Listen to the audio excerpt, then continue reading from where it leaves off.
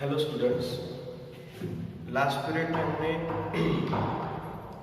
Polynomial की condition सीखी है। इसके पहले पॉलिनोमियल की कंडीशन है कि if the degree of algebraic expression is whole number then it is called as polynomial. उसके बाद में हमने सीखा addition, subtraction, multiplication and division of polynomial. तो ये एक्सरसाइज 3.2 के कुछ सम्स हमने अभी तक कंप्लीट किए हैं। जो बचे हुए सम्स है तो उसमें से कुछ सम थोड़े टिपिकल है, तो जब हम 1-to-1 कोचिंग करेंगे फेस टू फेस तब हम उसको कंप्लीट कर लेंगे।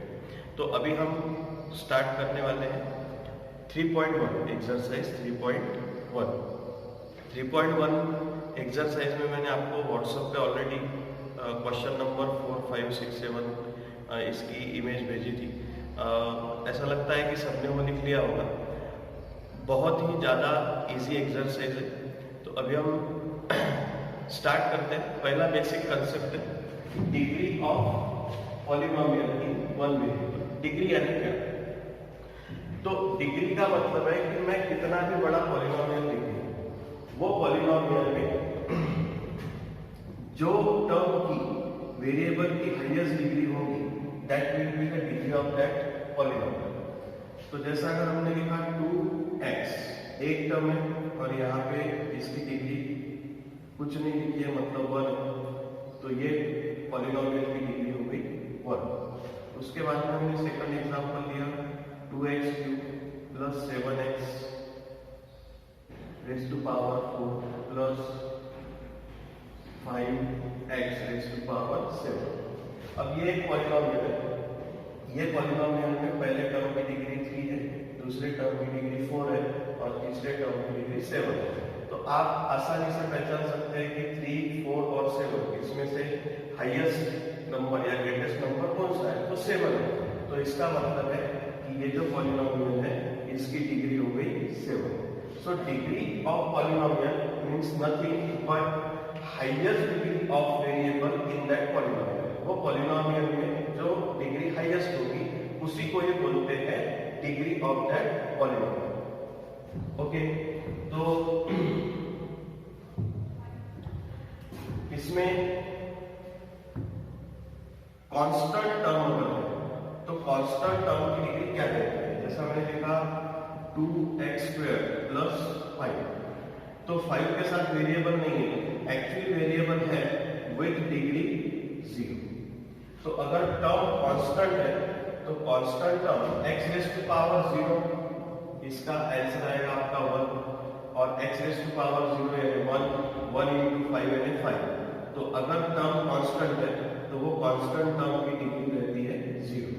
ओके, तो डिग्री का यानी बहुत ही आसान कंसेप्ट है। डिग्री का मतलब है highest degree of the variable in the given polynomial is called as degree of that polynomial.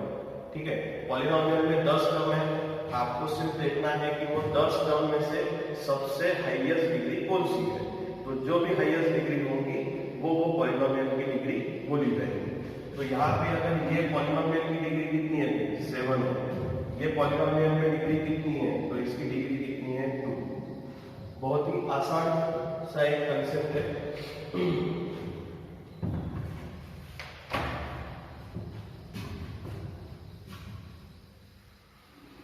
Now the next concept is degree of polynomial in more than one variable। अगर एक से ज्यादा variable तो आपको क्या करना पड़ेगा? तो अगर मैंने लिखा 3x² y z plus 4x raise to power 4 y² z, तो अगर मोर देन वन वेरिएबल है तो आपको हर एक टर्म में सभी वेरिएबल की डिग्री की एडिशन करनी पड़ेगी। यानी यहाँ पे x² यानी x की डिग्री है 2, y की डिग्री है 1 और z की डिग्री है 1। तो इसका मतलब है कि ये टर्म में 2 + 1 3 + 1 4, यानी ये जो पहली टर्म है इसकी हाईएस्ट डिग्री यानी डिग्री कितनी है? 4। ओके, अब ये जो सेकंड टर्म है, ये सेकंड टर्म में x की पावर है 4, y की 2 और z की कुछ भी मतलब 1। तो 4 + 2 + 1 4 प्लस 2 6 प्लस 1 7। इसका मतलब ये जो टर्म है सेकंड टर्म, इसकी डिग्री कितनी है 7 और पहले टर्म की डिग्री कितनी है 4। तो 7 और 4 में हाईएस्ट कौन है तो 7। तो इसका मतलब ये जो पॉलिनोमियल हमने लिखा मोर देन वन वेरिएबल, इसकी डिग्री हमको कितनी देनी पड़ेगी 7, जो हाईएस्ट है। ओके, और एक एग्जांपल हम लेते हैं। सपोज मैंने लिखा 1/2 m q n plus √5 m² n3। फिर से अब इसमें मोर देन वन वेरिएबल है, m³ है और m⁻⁴ है। तो इसका मतलब पहले टर्म में आपको कोएफिशिएंट को देखना नहीं है, सिर्फ डिग्री देखनी है वेरिएबल की। तो इसकी डिग्री कितनी है, इसकी 1, 3 + 1 4। तो पहले टर्म की डिग्री है 4, दूसरे टर्म की डिग्री m² n³ 2 + 3 5, यानी दूसरे टर्म की डिग्री है 5। 4 और 5 में हाईएस्ट कौन है तो 5। तो इसका मतलब ये जो पॉलिनोमियल है मोर देन वन वेरिएबल, इसकी डिग्री अगर आपको पूछी जाए तो आप उसका आंसर क्या बताएंगे 5। ओके, तो इस तरह से मैंने आपको दोनों कॉन्सेप्ट सिखा दिए, degree of polynomial in one variable and degree of polynomial in more than one variable. अब ये जो एक्सरसाइज 3.1 है, इसके क्वेश्चन नंबर 4 को हम सॉल्व करेंगे। और जैसा कि आप समझ लो, मैंने यहाँ पे एक प्रैक्टिस सेट क्वेश्चन नंबर 4 के फर्स्ट, फोर्थ और 8 ये एग्जाम्पल मैं ले रहा हूँ, और जो बचे हुए एग्जाम्पल्स है वही आपका आज का होमवर्क रहेगा। तो यहाँ पे √5 यानी कांस्टेंट टर्म है, यानी इसके साथ में जो वेरिएबल है उसकी डिग्री कितनी है 0। इसका मतलब √5 की डिग्री आपको कितनी लिखनी है, डिग्री इज 0। अब यहाँ पे √2 m⁻⁴ एंड 7 कांस्टेंट टर्म, यानी इसकी डिग्री 0 m⁻�0। अब आप देखो कि m⁻10 है और m⁻�0 है। पहले टर्म की डिग्री 10 है, दूसरे टर्म की डिग्री 0 है। 10 और 0 में हाईएस्ट कौन है तो 10। इसलिए ये जो पॉलिनोमियल है इसकी डिग्री कितनी हो गई, कितनी हो गई 10।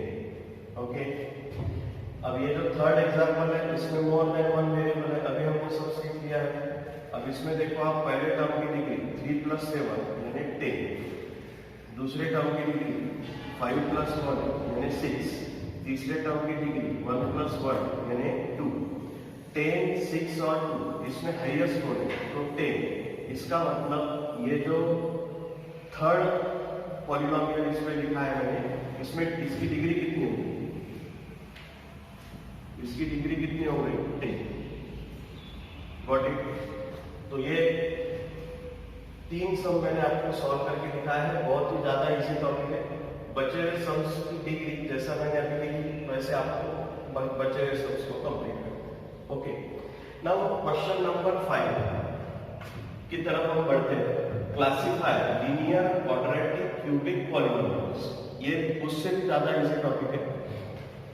लीनियर, ये जो है लीनियर, तो लीनियर का मतलब है,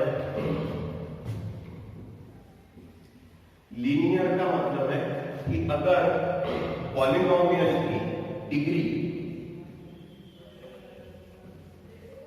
1 है तो लीनियर यानी डिग्री यानी हाईएस्ट डिग्री, अगर हाईएस्ट डिग्री 1 है तो that is called as linear polynomial. Quadratic, अगर डिग्री यानी हाईएस्ट डिग्री अगर 2 है तो that is called as quadratic polynomial. Cubic,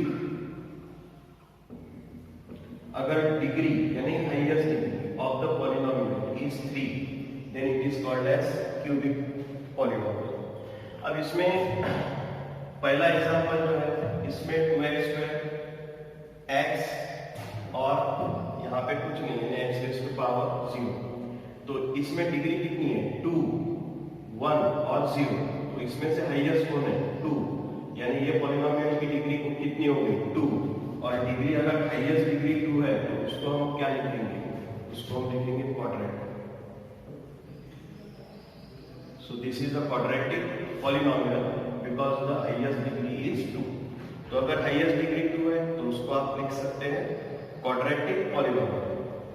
5p, p raise to power कुछ नहीं है 1 है, तो इसका मतलब इसकी डिग्री होगी 1। डिग्री 1 है तो इसको आपको लिखना पड़ेगा linear. So it is a linear polynomial. Now in third example, m cube 7m raised to power 2 plus 5 upon 2m minus 7. फिर से 3 2 1 0। तो हाईएस्ट कौन है 3, तो हाईएस्ट 3 है, इसका मतलब इसकी डिग्री कितनी हो गई 3 हो गई। तो 3 हो गई तो उसको क्या बोलेंगे क्यूबिक। ठीक है। और आप ऐसा सवाल पूछ सकते हैं कि सर फिर डिग्री 4 5 ऐसे हो तो क्या।